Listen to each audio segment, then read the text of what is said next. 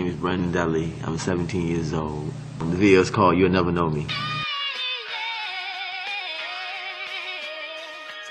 What you hear or go by what you see, or parents don't judge a book by its cover. Because deep down I have some stuff to tell that people really need to hear. We had to get it however we was living. Handouts, hand-me-downs, no show. We had to take whatever we was given. Dear God, charge us to the game, not a heart. Please forgive us, you know we out here sinning. Tried to break us down, but we fall back and won. That's why we're still on the ground and still winning. They say if you remain loyal, the streets won't do you dirty. May 28th, 1988. Born in a small city with big dreams. Yeah, it was cool growing up in Virginia. Born from these two right here, my mom and my pops. But you know how it goes with mom and pops. Never worked out, so mom took on the full responsibility. Growing up in the city was bittersweet and taught me a lot. The person that felt like family the most at that time, this dude right here in Rose Hill visit. My name is George Wells, and I'm the former co-owner of Rose Hill Barbershop in Charlottesville, Virginia, 633 Rose Hill Drive.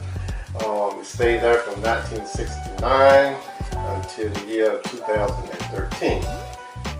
My young brother, Brandon Dudley, I gave him his first haircut back in the day. I can't think. He's 30 something now, so you count that up. I gave him his first haircut, and he was always been a good kid back there then. He's a young man now.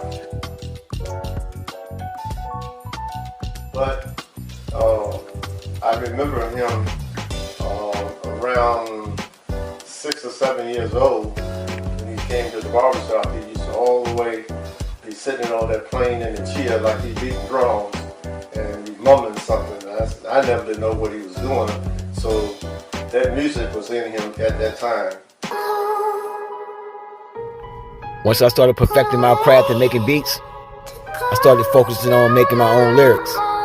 And once I did that, the game changed for me forever. That boy just been on the cut going crazy. I can remember far back, man, I started doing music like at the age of like 12 or 13. Started liking hip-hop music around the age of 7 or 8. I remember riding around with my older brother at that time.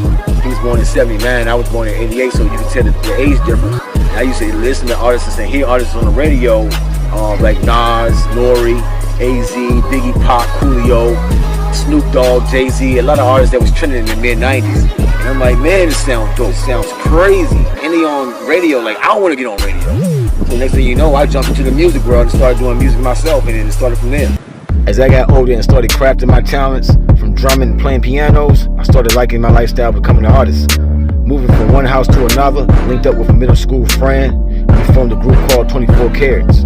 I didn't really start recording music. Back then, I didn't have access to a studio. I didn't know what a studio was, you know. I hear all these guys on the radio. I'm like, all right, maybe they doing something to get their music out there. But back then, I had my old boombox, and I had my great grandma's tape recorder, like the Home Alone, or a little sort of bigger. And I was teamed up with a homeboy back in school when I was in the 7th grade. And we started making music. He used to come to the house. This was when I moved from the east side of Charlottesville, and I moved to the mid part of Charlottesville towards the west side, and I was in my great grandma's house. So once I started going in and became into middle school, I started, you know what I'm saying, meeting folks and learning that they like the same things that I like. So we formed a group back then, and we just made music off of the equipment that we had at that time, man, and we was rapping over instrumentals from other artists that was in the game.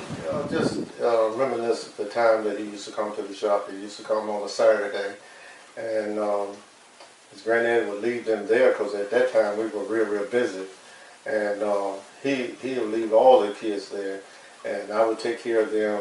I almost say it's just like a daycare with kids, and didn't never have no problem or none of him. His brother, his siblings, or him.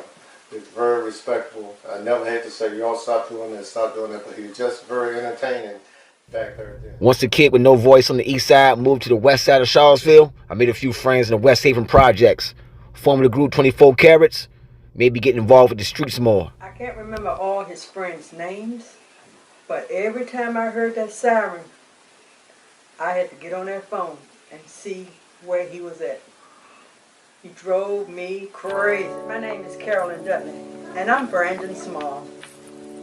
I'm a single mom of 5 kids. I have 4 boys and 1 girl. She is the youngest. She's 21 years old. Brandon was the 3rd child to be born out of the 5 kids. Brandon was breech when he was a baby. I knew he was born to do something, but I just didn't know what yet. Well, some things I can remember when Brandon was young. Not all, because my mind ain't too good. But I can remember Brandon loved feeding the ducks. He loved feeding the ducks. Just take a whole bunch of bread and just put it into the lake, and them ducks came. But another thing I can remember is he loved listening to his music. He couldn't stop listening to that music. One time I heard a lot of noise in the kitchen. He was sitting there banging on the table. So I decided, Christmas, I'm gonna get him a piano and he can bang on that. And another thing, I love my Thanksgiving and Christmas. Christmas was the most. My kids were spoiled. They got everything. So our tradition was, well, first of all, me and my mom, we stayed up all night long cooking, wrapping gifts. And then the next morning, we were so tired. But we woke up the kids, and they all had to get themselves dressed before they came downstairs. Because if not, they would still have their pajamas on. So I decided, you're not coming downstairs until you get dressed. I mean, I remember everything, but like I don't remember, like I don't know like how to go about talking about all of that stuff. I mean, it was just so much fun in that era, you know. I remember when Another Day took off, and that was a big deal, and like that being like the first, you was like, I think it might even be safe to say that like you was like one of the first rappers in town with a music video, especially like definitely the youngest one. My name is Ike Anderson, and I do a lot of stuff. So back in the MRC days, I was still like doing my dance thing, but I was also hanging with the rappers and like learning how to like make beats and how to engineer and stuff like that.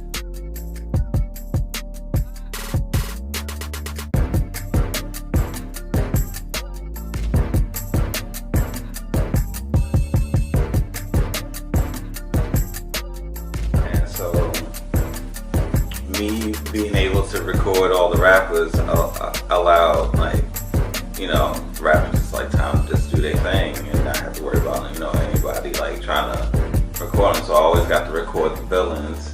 I recorded U.N.K.M a little bit, and I also got to record LeeBangah, who back then was called Reality. You ain't think I you think I forgot that shit? Yeah, I remember that shit.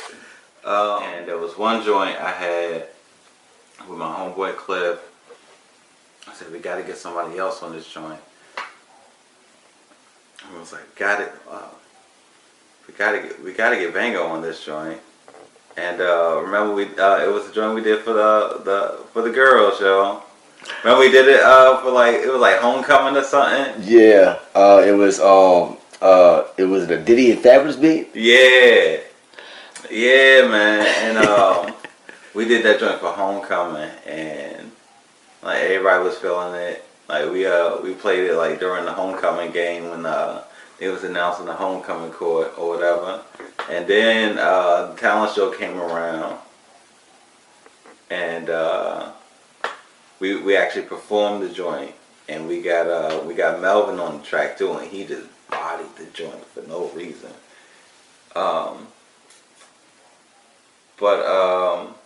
Yeah, those was the early days. Early days was good days, man. Corey Teitelbaum. I was the program manager at the Music Resource Center from 2003 to 2014. I'm currently an AV systems designer for Crutchfield. I met Brandon probably not that long after I started at MRC, 2003, 2004 maybe. Pretty sure it was called Reality back then, but man, everybody went through like 10 different names, and a number of clowning on the names until they finally ended up on something. So we think he was Reality back then. It could have been just Bangah. It was Bangah for a while, but now it's LeeBangah, and I think he was always around, but the first thing I really remember working on Brandon with was Another Day. Which was a huge song. It meant a lot to the community, to everybody involved at the MRC. Calls, but baby girl, you in a better place. God needs you now, and on my face is still a frown. And I can picture you in heaven smiling down on your family. But the only time I see your face now is on a photo gallery. God is mad at me for the mistakes I made. It already feel like my life is being fade away. So please save a place for me, there's no telling when I'm coming. Don't make it soon, don't make it late, it's another day. And man, we made a killer track, a bunch of people involved on it, and then made a fantastic video. Brandon was always working. There's always kids at MRC, and it was cool for a kid to come in and just pop around and check out what other people are doing, and not always be working on something, just be here and do something safe and be off the streets. But Brandon was one of the kids that was always here, that was always working on something. He was either in the project studios making beats, or he was monopolizing time in the main studio, laying down tracks. He was always working on something, and that hasn't changed one bit. Another Day. Man, I got like so many memories with that song. When I created that song, it was back in 2004. I believe I was in high school at that time, probably like the 10th grade. And I remember that day what I was doing. I was riding around the city. I was in this, you know what I'm saying, doing what I was doing with my friends at that time. And I received a call from someone saying that Kwame Beatrice passed away. I'm like, who? Because it took me off guard when they said the name. And I was like, nah, man, it can't be. Who you say again? They said, yeah, Kwame Beatrice passed away, you know. And the whole school was sad that whole week. I remember going in high school, which was CHS, the Black Knights, Charlottesville High School, and it was so many posters of her hung up in the hallways, and teachers crying, and kids crying. I was crying myself, man. It was just like very left field, you know. Nobody expected it to happen to her. And I made the song, and I created the beat to have everyone remember her name. And I was with MRC at the time, and that's when I met up with Sam Erickson in the Lighthouse, and they helped me produce and film my first music video. Once me starting from making beats and playing pianos and me jumping into the lyrics of hip hop, this was actually my first video that I ever dropped, being an artist, and it was dedicated to Kwame Beatrice. I'll be forever thankful of her, you know, her presence, and she has so many friends and family members that miss her. Just, you know, she was a big part of my music career, and, you know, some things happen, just can't change. Get our deditor, lead us not through temptation, but deliver us from evil. For thine is the kingdom, the power, and the glory forever.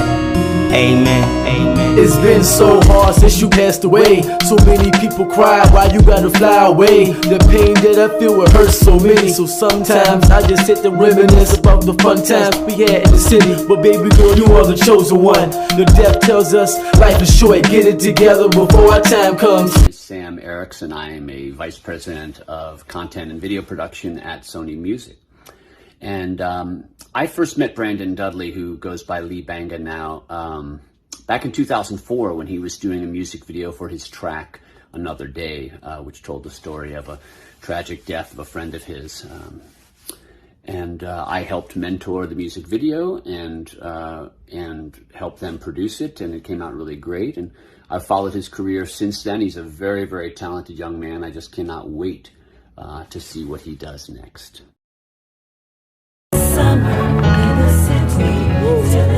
So it's 2007. I'm just burying my grandfather from passing away from my family due to a disease. Right now we in California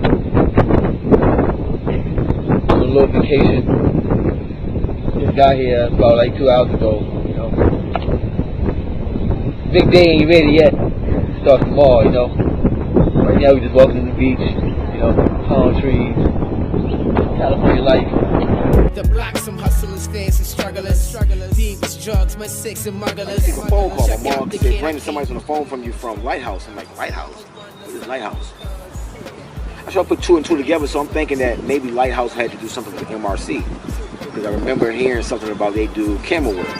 So I get on the phone, and a lady, I forgot the name, her name, she was like, Brandon, we're trying to fly you out to LA. So I'm like, oh, LA? I got instantly hyped. Being so young, I was like 19 at the time, and I would feel like I was moving towards what I really want to do in life, what I love.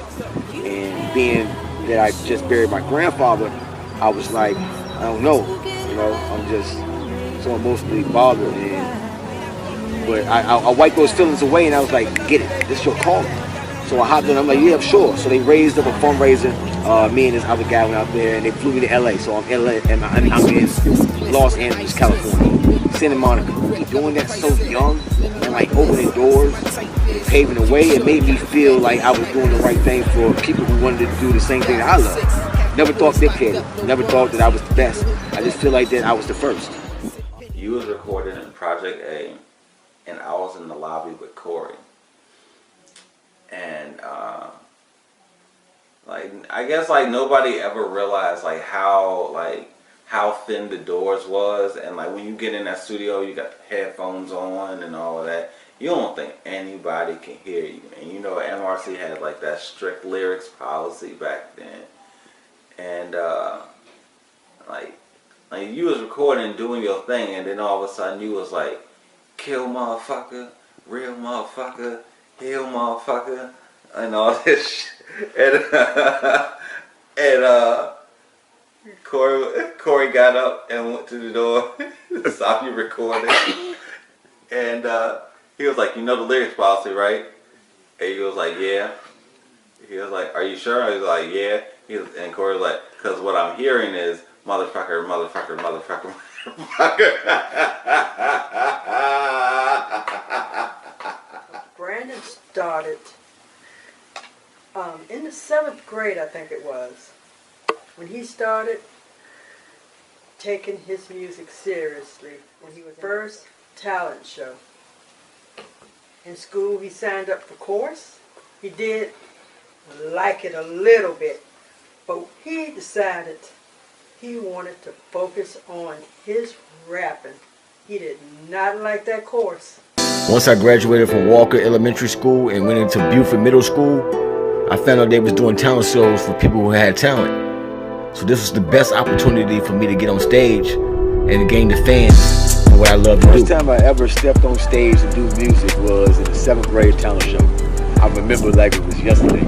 I had an all blue, baby blue Dickie suit on. It was, you know, that's when the Dickie suits was in style.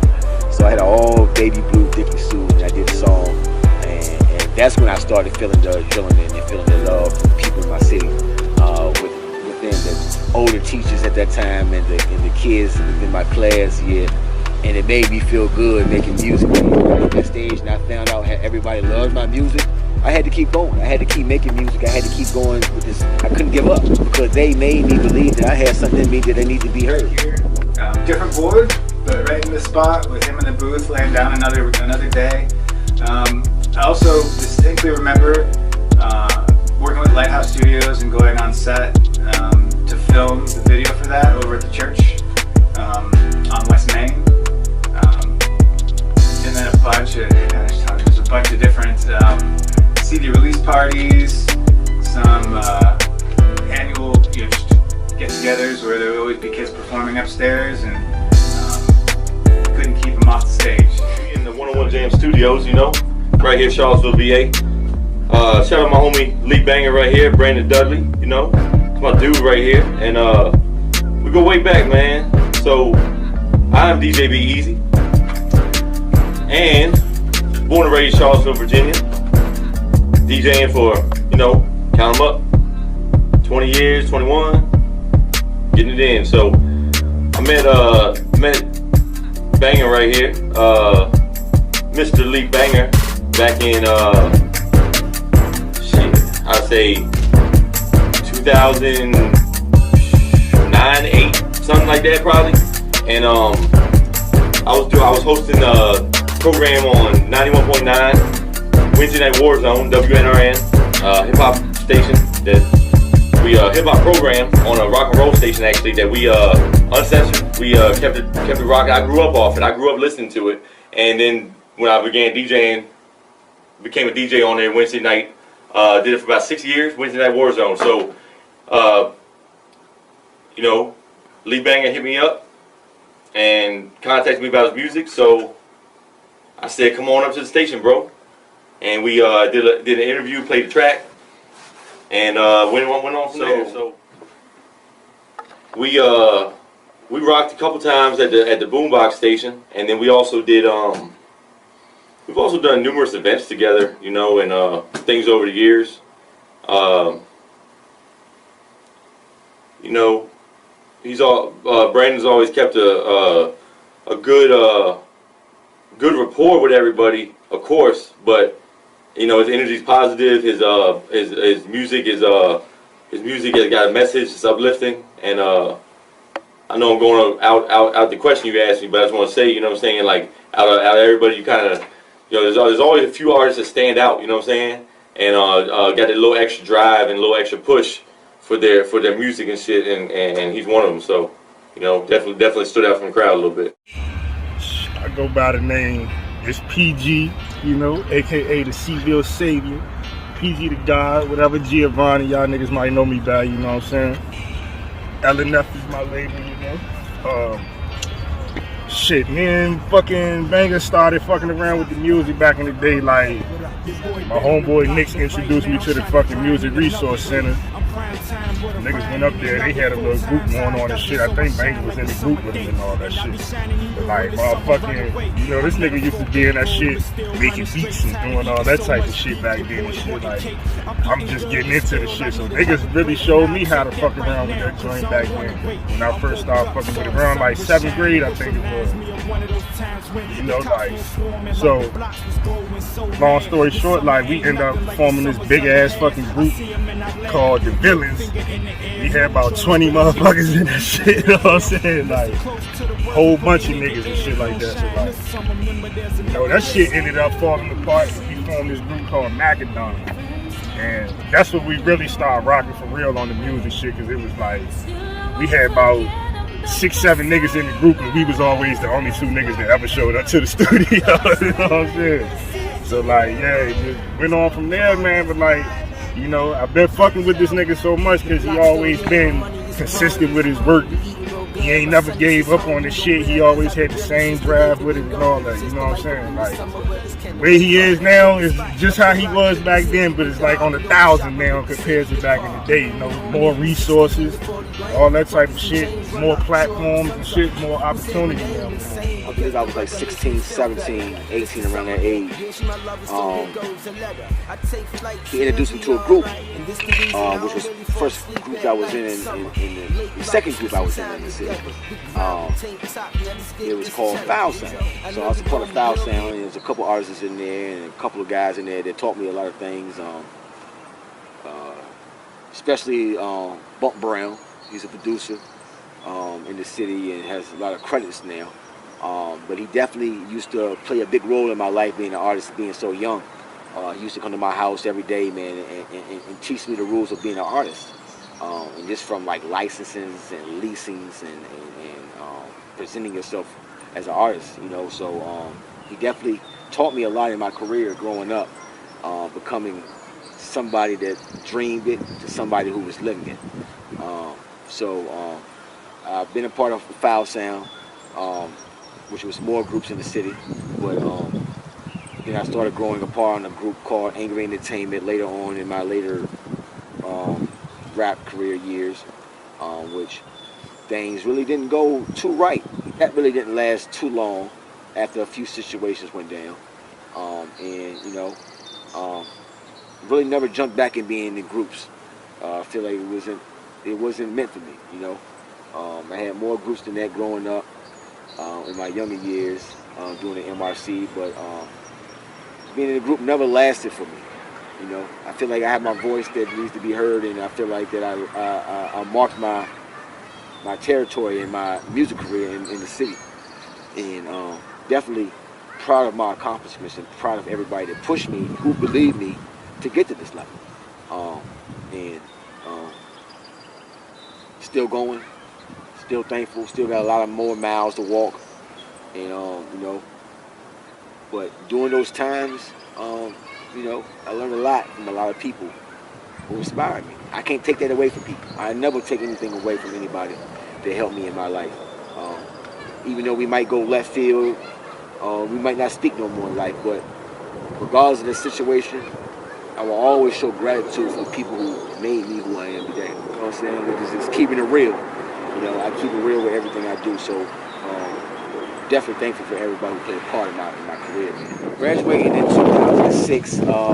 Prior to the year 2007, I lost my grandfather due to a ill sickness, and that was in the era of me making my second music video called "You'll Never Know Me," and this was the whole documentary it's based off of. Yeah, a lot of talking, but you really know the kid. A lot of guns sparking. I'm like, go ahead. Rumors are being told, like you know what? He did that. The boy really back, far back. You don't know that. People speaking out their head. So let me get tough and strong how I used to be. Cause you never know me.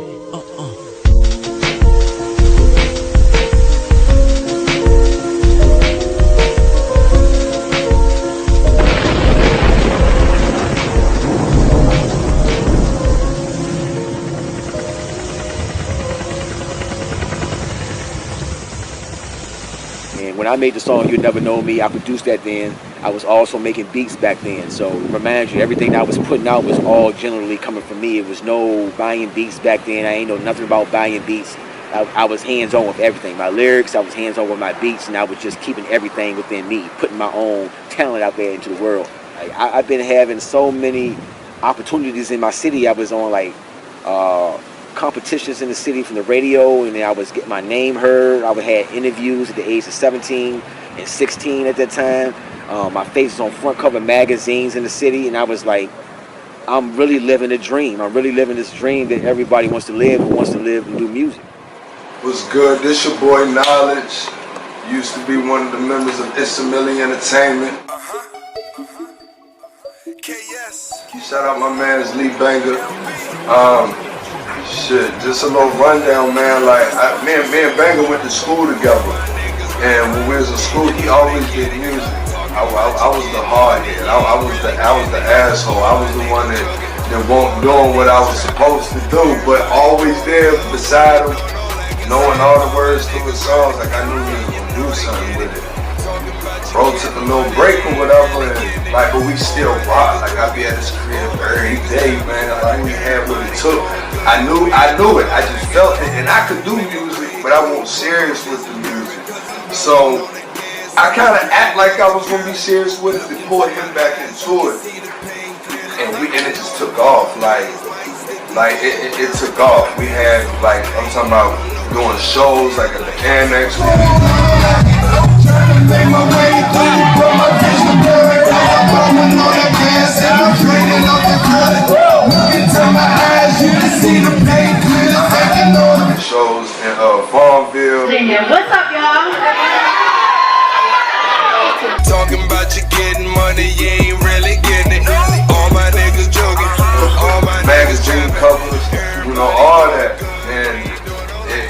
off, I thought we was gonna have a run, but I wasn't ready for what came with that.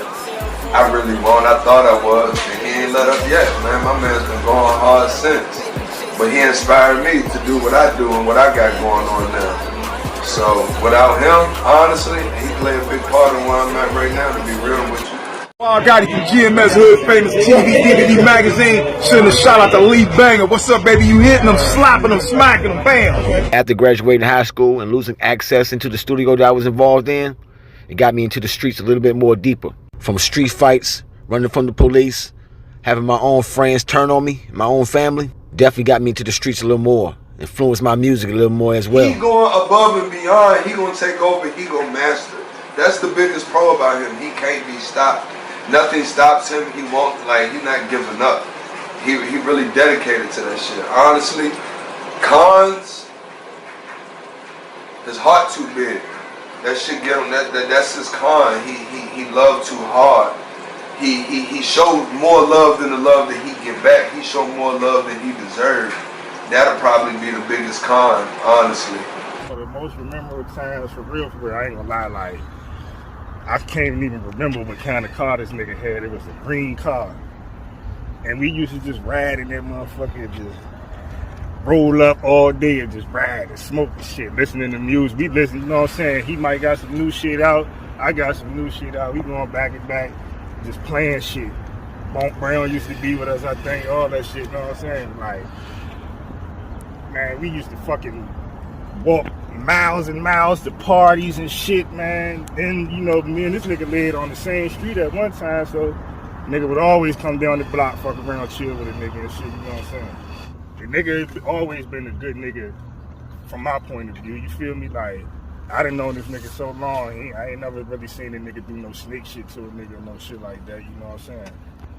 I don't know, man, like the cons, I can't really think of too much, like, you know, nigga might be been a little hot-headed or some shit like that, you know what I'm saying? But like, I mean, the nigga, like I said, I fuck with this nigga. He's a good dude, bro. Like, he real determined and fucking believes in himself, and he's going all the way hard with that shit. Like, ain't nothing else you can really say about a nigga like that, man. But growing up in these streets, you'll have friends that change on you, have friends you lose in death, and you just have some friends that just remain the same. But through all that, shit, I never changed. Mama used to sit here by his window, and Brad used to always be sitting beside her all the time. He used to sit beside her all the time. Yeah, he loved his grandma, great-grandma. He used to sit here by this window all the time. Boy. Making a homemade cake? Have a camp, but we wasn't making a cake. But I think we were cooking chicken or something like that. And we had a bowl of flour sitting on the counter. And then Brandon came in and put his hand up there, and we was going to tilt the bowl over, and flour fell over his head. I thought for sure it was a cake. No, it wasn't a cake. Yes, it was. No. We don't want cake. We don't make homemade cakes. Yes, it was. Yes, it was. No, it wasn't a cake. Yes, it was. We wasn't making a cake. No, it was flour. We wasn't making. We was cooking chicken. I remember now. Oh, you remember? I remember now. Oh, yeah, I okay. remember. All right. We was cooking chicken. You sure? Yeah, I'm sure. All right. Mom know best. But I'm still get you. Oh. Shout out LeeBangah. I remember growing up in the MRC, you know what I mean? I'm like 13 in that motherfucker, like 12, 13. And LeeBangah, he been on this shit. Like, he been in there. He had dropped a couple projects and shit. But specifically, I remember that summer in the city. When I heard that was like a game changer. It's like the lyrics was there, the vibe, the production, the everything, bro. And then he had that video in the church, you know what I mean? R.I.P. Kwametrius. Yeah, man, shout out LeeBangah, though. I was involved with an activist group called Together Seville, and we came together after Trump was elected. And we invited LeeBangah to perform at one of our panel discussions, and he did, and it was fantastic. And I'm just so appreciative of his willingness to connect with community and to reach out and to share his art. I later came across the Vinegar Hill story that LeeBangah created, and What a great way to memorialize that neighborhood and to bring light to the injustice that Black people in Charlottesville have faced.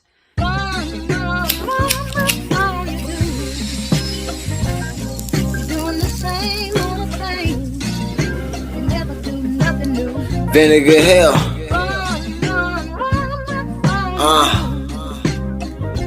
I'ma take y'all back. You know, that old good shit.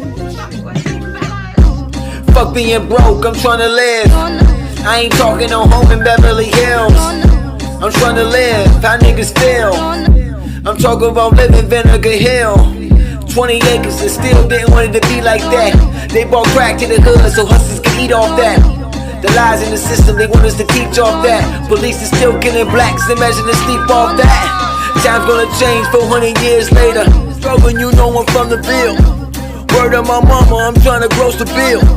Few years later, I back what they stole. It's time to bring back Vinegar Hill.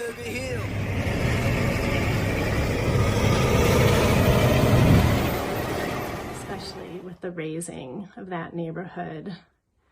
I went on to explore LeeBangah's music further. I came across his video, The Ugly Dance, which I love. It's so much fun, and it really shows his connection to family and community. SHOWEJ on the beat, straight out of Greenville, South Carolina, rocking with my boy LeeBangah, man. What you mean, man? G.I. rocking with LeeBangah. Okay, G.I. rocking with LeeBangah. We are in Charlotte, North Carolina. Enough for her, she bad and bougie. Listen, it's your boy Zoot. You say you know the fuck going on, Hope Work Cartel. South Carolina Greenville, I fucking with my boy, he got that shit going on. Leukemia lifestyle, we supporting all that, you dig what I'm saying? What I like about him, which is kind of different, you know, I'm from back in the days where kind of the music did have a message before it was just so much just what's going on in the trap. What I like about him is that he can do both. You know, and that's what you need in the game. That's what I feel people need in the game. You need to be, you know, you need to have diversity. You need to be able to talk about the trap if you're from the trap. You need to be able to talk about love if you're in love. You need to be able to talk about money if you got money. You need, you know, you need to come that way. To me, that makes a whole rapper. My name is DJ Almighty, a.k.a. the Chief Rocker. I am the owner, president, mix show coordinator, 101.3 Jam, Charlottesville, Virginia. Me, myself, I've been in the game pretty much all my life since I was 7 years old. So I'm a G-O-A-T. LeeBangah, I got a hold of LeeBangah, I want to say maybe around 2018. Maybe before that, about 2018, I got a couple of singles that came across the email and saw that, you know, this guy, he had what it takes to, you know, to be an inspiring rapper. You know, to get out there, you know, travel outside the city, like I see you doing, you know, hit that road real hard, you know, keep pumping your music on via social media, because that's what's popping right now. You know, a lot of people get their music through the internet, get their music, get their news, get their clothes. Stay on that path, because that's, you know, you don't want to go off of that. We don't make vinyl records no more. We don't make CDs. That's gone. So stay on that digital path and, you know, stay on your grind. Stand tall, man. You know, keep your head up, keep it moving. You're going to make it. Oh, the camera's on? Let me check myself. Could be good.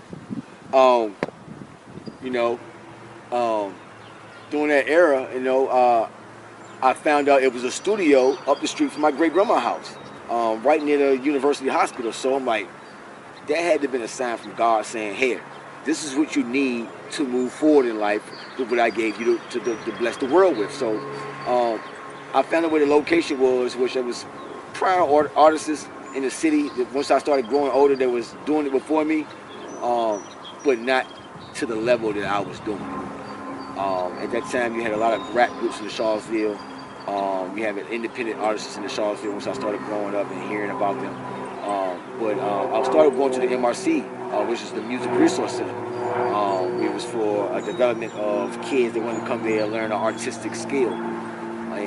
I took it upon my hands to go there and learn about it, but you had to be in a certain grade at that time to get into the building. It was between 7th and 12th grade. So I got in there, I think I was like almost in the 7th grade or something like that when I got in there. But when I got in there, man, it was like history written already right there. I was making beats more. I was had access to pianos, DJ machines, the turntables. I was in the mix. I was in the mix back then, man. The people who was a part of the business back then definitely showed me love and crafted me. So I'm forever thankful for everybody that's been in my career and been through my path of life, you know. My name is Ivan Orr, and I am the former program director of the Music Resource Center. I worked there from when it opened in 1995 until I left the area in 2003. And so back in the area and reconnected with one of our former members, LeeBangah. And it was my esteemed pleasure to work with him. Met him in 2002.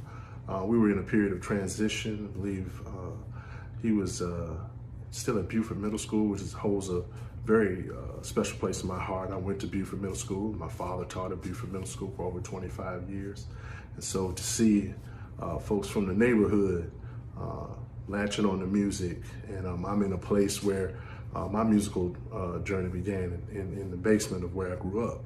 And so to be in that old space with folks like LeeBangah and to see where they are now.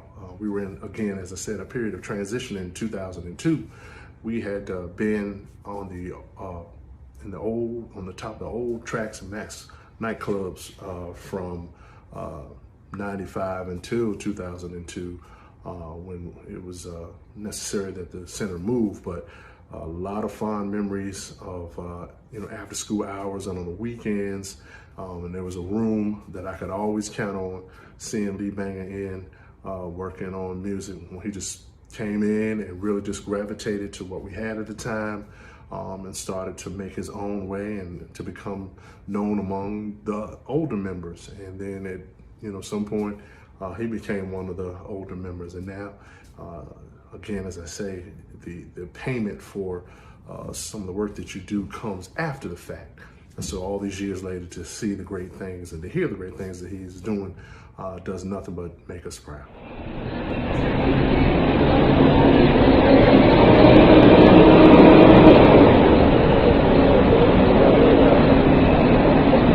Man, y'all ain't gotta have no camera person, because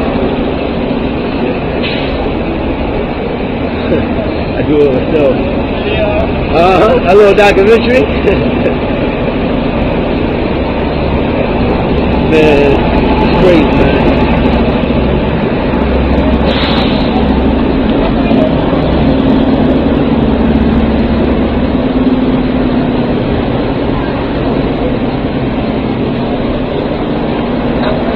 You know, I'm about to take y'all to the next scene soon.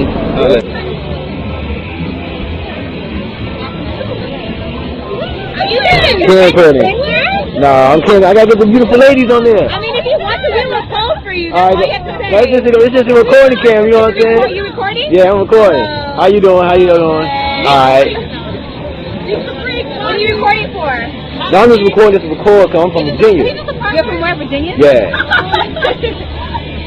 Why are you out here then? I'm out here for my little music video I did. Music video? Yeah. It is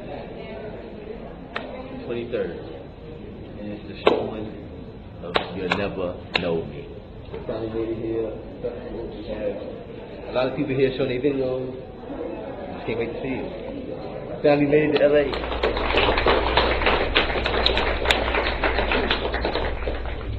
Is anybody who I haven't named here? Right now we just walking to this little lunch. This is back in the city for the summer.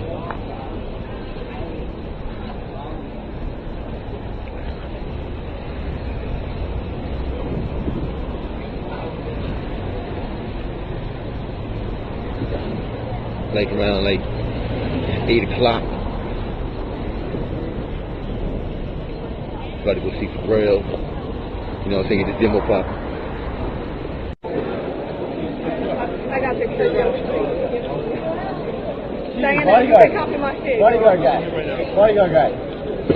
You give it to him. Hey, my name is Ebony Camille. I'm from Joliet, Illinois, and I'm a rapper, host, and marketing strategist.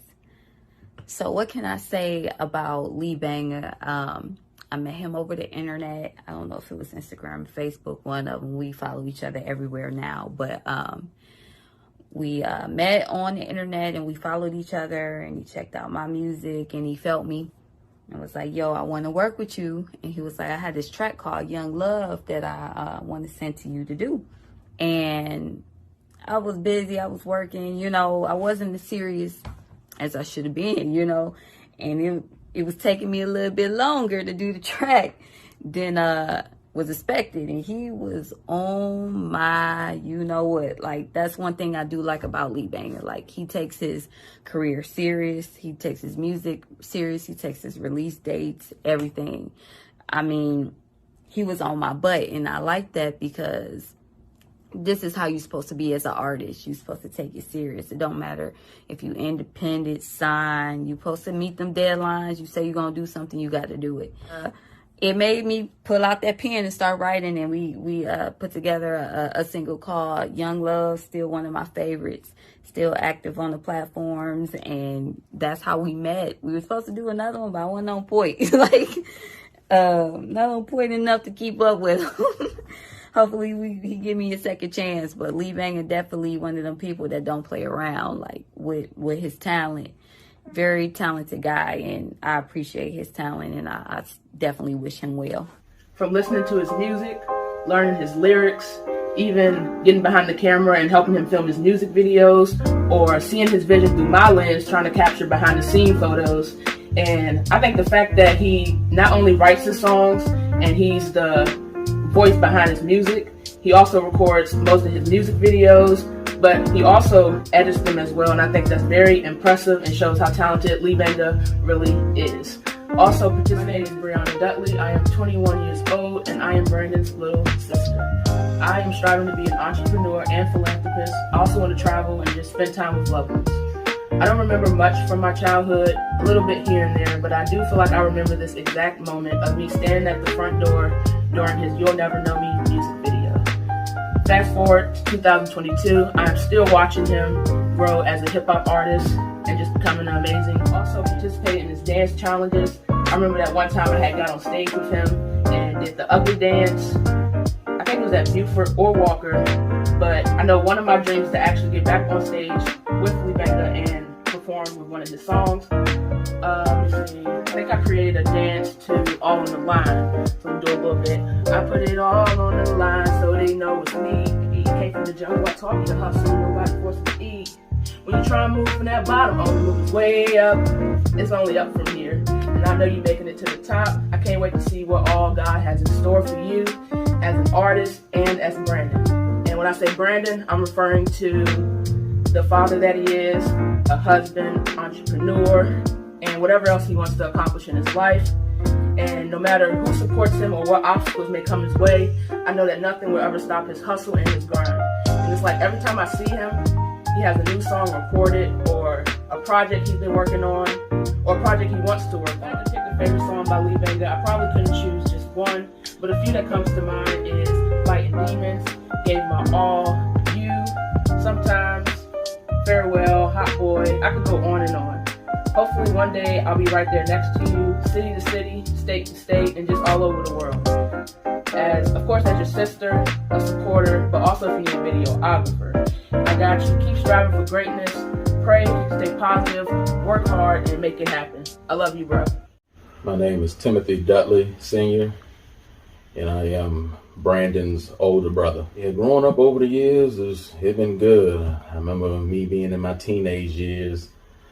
I used to drive around, have Brandon in the car with me, playing all the 90s hits. I used to be listening to Mobb Deep, Nas, just all the greats of that era of coming up during the 90s.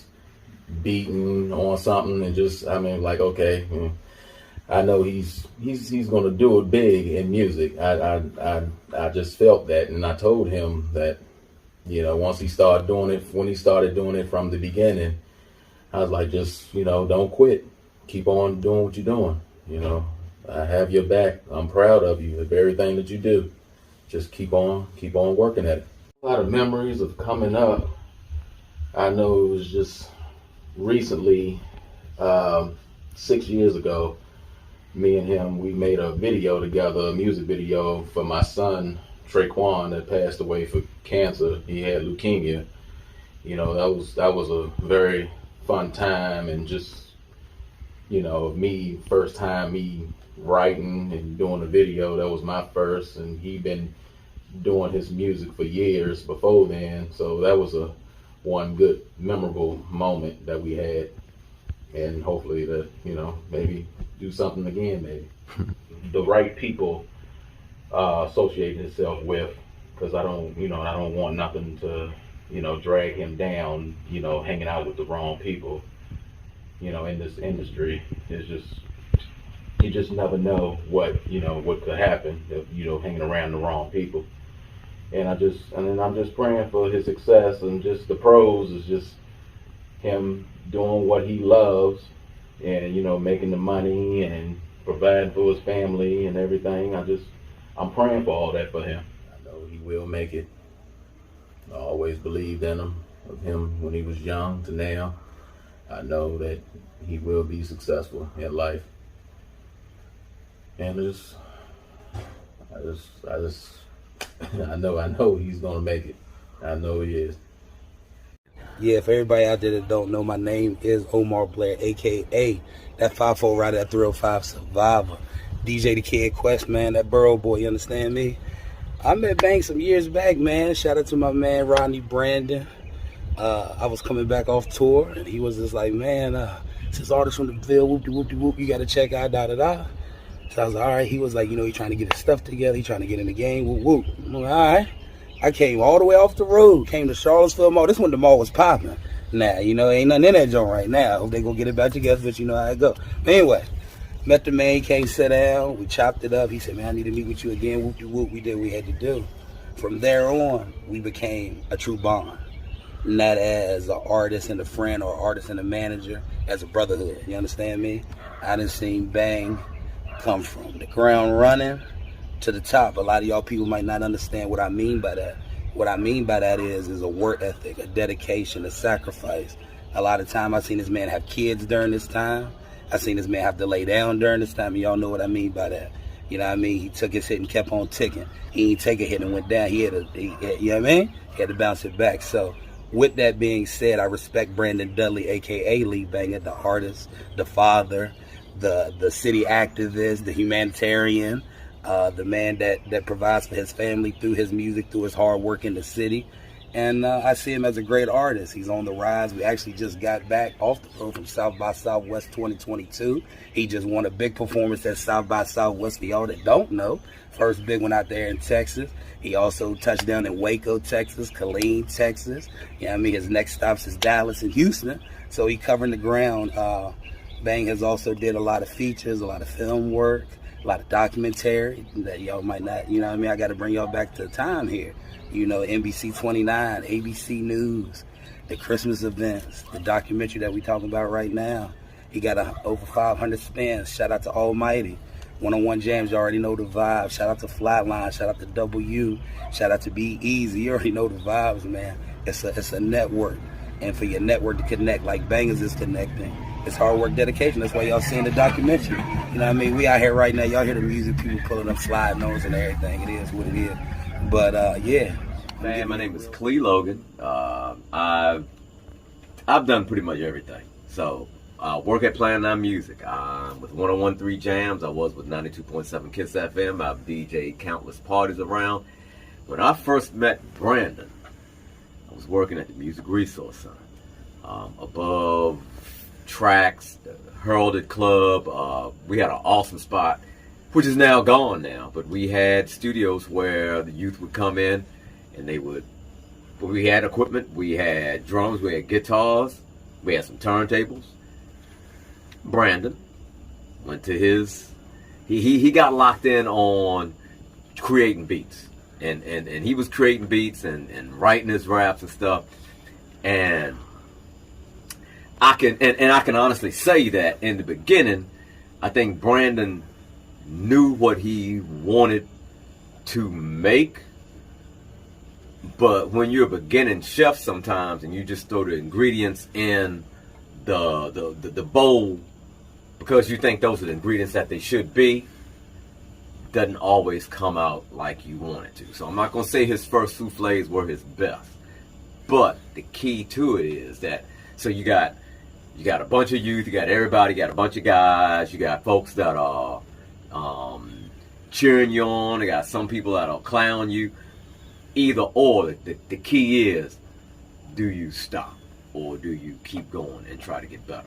And that's what Brandon did. And you started to hear the progress. And he would take advice too. We had great Ivan Orr, he was the director there, and he was a accomplished musician at many instruments and recording. And when he would give advice, some kids don't take it. Brandon wanted to soak it in, and it showed in what he did. So we can fast forward till when I was gone from the Music Resource Center. I'm now at 92.7 KISS FM doing the morning show, Rhythm Ride in the morning. We had an overnight celebrity contest. I think it was the second one we had. The first one we had, a guy named Jackson won.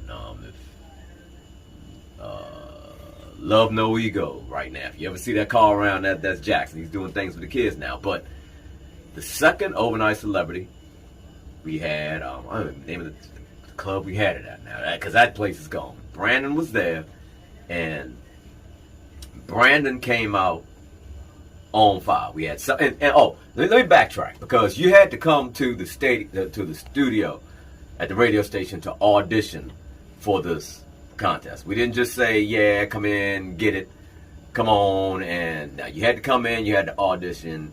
The best folks were picked. Brandon came in and by far was the standout. But let me tell you this story. Let me tell you this, because see, again, we're talking the beginning of the story. I saw the humble beginnings. Brandon, he's on fire. He is killing these lyrics, and it was like the Eminem Lose Yourself. He lost his way in the middle of that song and walked off stage, left the building. Go back and get him. And he was on fire. He was on fire. He was smoking it. Truth be told. So we get him, he comes back in, hops back on that track, hits that spot again, stumbled. Now, here's the thing about this. He went back out again. Now, I don't know how many of y'all will fail in front of people and go back in front of them same people, not a month later, not 6 weeks. Maybe they forgot me. No, this was just a few minutes. So you go back in front of these same folks and it doesn't go that way. But you still go back another time and you're still able to win that contest. Because the judges saw that talent, that purity, and it was there, and it's evident. So what you see from LeeBangah now, because at the time he was not even sure I should remember his rap name back then. But I don't. It's been a lot of years. But what you see now of LeeBangah is all of those things I just talked about. The beginnings of knowing what you want to hear, not really knowing how to do it, taking the advice and being able to make it sound. And the dude went to South by Southwest. I saw the pics. That's an incredible growth, to be able to start doing what you're doing, learn it. You learn to cook in that kitchen and then go and put it and make plates for people on a national stage is awesome. And everybody can't do that. You have to have this in here. It's got to be hard. You got to want it. LeeBangah wanted it, and he's got it. Working with LeeBangah at that time, and I keep want to say Brandon, because at that time he was Brandon, all right? But working with him was good. So we had a range of kids. They would all come in, and you know, with you, with adults. You got some that really want to focus on what they're doing, some that's just there to cut up, some that don't want to listen to you, some want to cause problems. He was one that definitely never had problems. He always wanted to learn. So and that's the other good thing. And it's, you know, the guys that I built. Let me do this real quick. The guys that I built relationships with through that. Some of the relationships came through some scuffles in the middle. We butted heads, and respect is due to this very day. We see those guys, and we were parts of each other's lives, and whether you wanted to hear it at the time, whether we were the older adults trying to rein everybody in, it comes together with that. Now we all that mutual respect, but with Lee, we never ran into that problem. He never really was one that he was too focused to really be one that wanted to, he didn't really take a day off. He didn't really take a day off. It wasn't like, today I'm just gonna wild out because it's Friday. He didn't take a day off. He really was about what he wanted to do, and he knew the only way to do it was to keep at it. So he didn't let that other stuff that was going on. A lot of things that went on with different individuals that came up there. We were all kind of like a family, so to speak, because we all came together every day after school. We were there. We saw these guys before they made it home most times. But with Lee, it was always an awesome experience. And I can't think of one time I had to pull him and get him back together and say, hey man, look, you wrecking everything. No, he was on his craft. When you go the path that Lee goes, and this is another thing too, to be able to build yourself up to the level that he's built himself up to. I know he's met people along the way, but it wasn't like he ran into someone who was like, man, I know so and so, I'm gonna get you in here. He is earning everything he is getting. So I'm looking for, man, one of those. There's always like an artist that's nominated in the field of all the others that you know about, and there's always one in there because they're in there because of the merit. And most of those award shows are supposed to be for merit. But the thing is, when you have the big names in those categories, and you got that one name that I kind of haven't heard of that guy. That's where the medal is at, because he built us. He built us. A lot of these folks, I'm not saying that they didn't build it, but they had a much larger platform to stand on. Lee built his platform, and I see award nominations. If he hasn't won them already, I see them coming.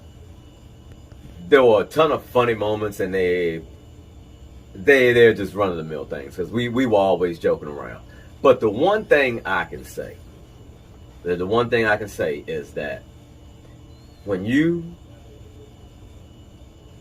have known someone for as long as I've known Lee, and when I see him, it's a joy to see him. And that says a lot, because the way he carries himself, the way he carried himself in the studio at the young age when he was learning, and the way he carries himself now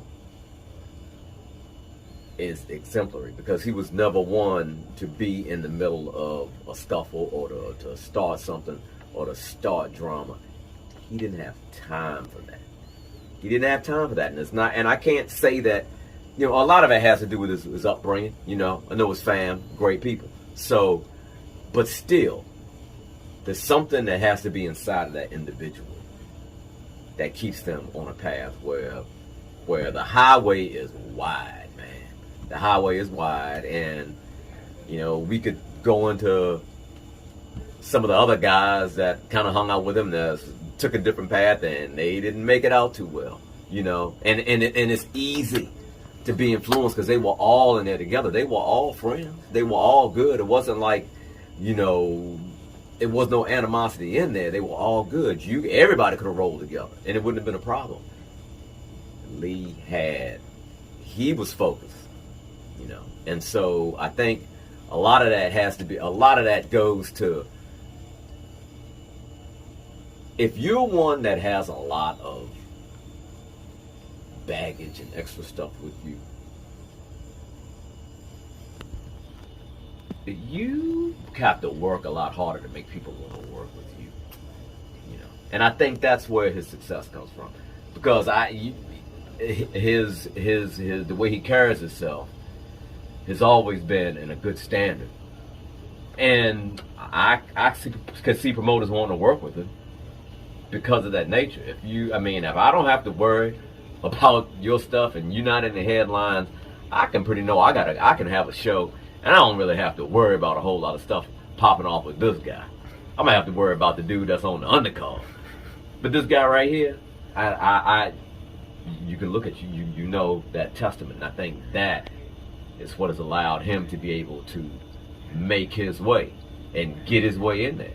I mean, it's a lot to be said, man. Talent is one. Talent, a lot of talented people. There are a lot of talented people out there, but a lot of talented people don't have a talented personality to go with it. And that's what will carry LeeBangah. My name is Rosiah. I am 7 years old, and I am Brandon's daughter. It's very nice.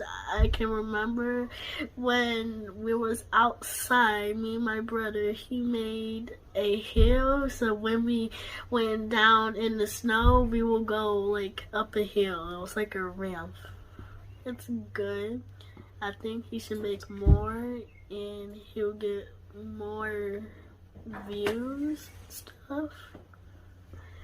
One day we went to the park when I was a baby, and he used to push me on the swing, or we used to go sledding together. He was in the back, I was in the front, and we went down a hill while I was going sledding. He's a good dad, and he will always be in this world to protect me. My name is Josiah, 4. And my dad took me in the playground, and my dad drives to the playground, and home, and be 4, and I'll be a good boy in school, and listen to my teacher, and Miss Becky on the questions. Hey. Roxanne, be ready and be cool. I want to tell you something. My dad like a costume. My dad gotta wear Freddy Fazbear rockin', and that's really cool. I use Venom. I like my dad a lot. And my dad and my mom. Good job, Dad. Keep going. And there you have it. A whole documentary of me. Well, at least the beginning. Born in a small city with big dreams. Being a father, artist, and a local legend. But I do tell you one thing, though. When I'm dead, I'll still be alive.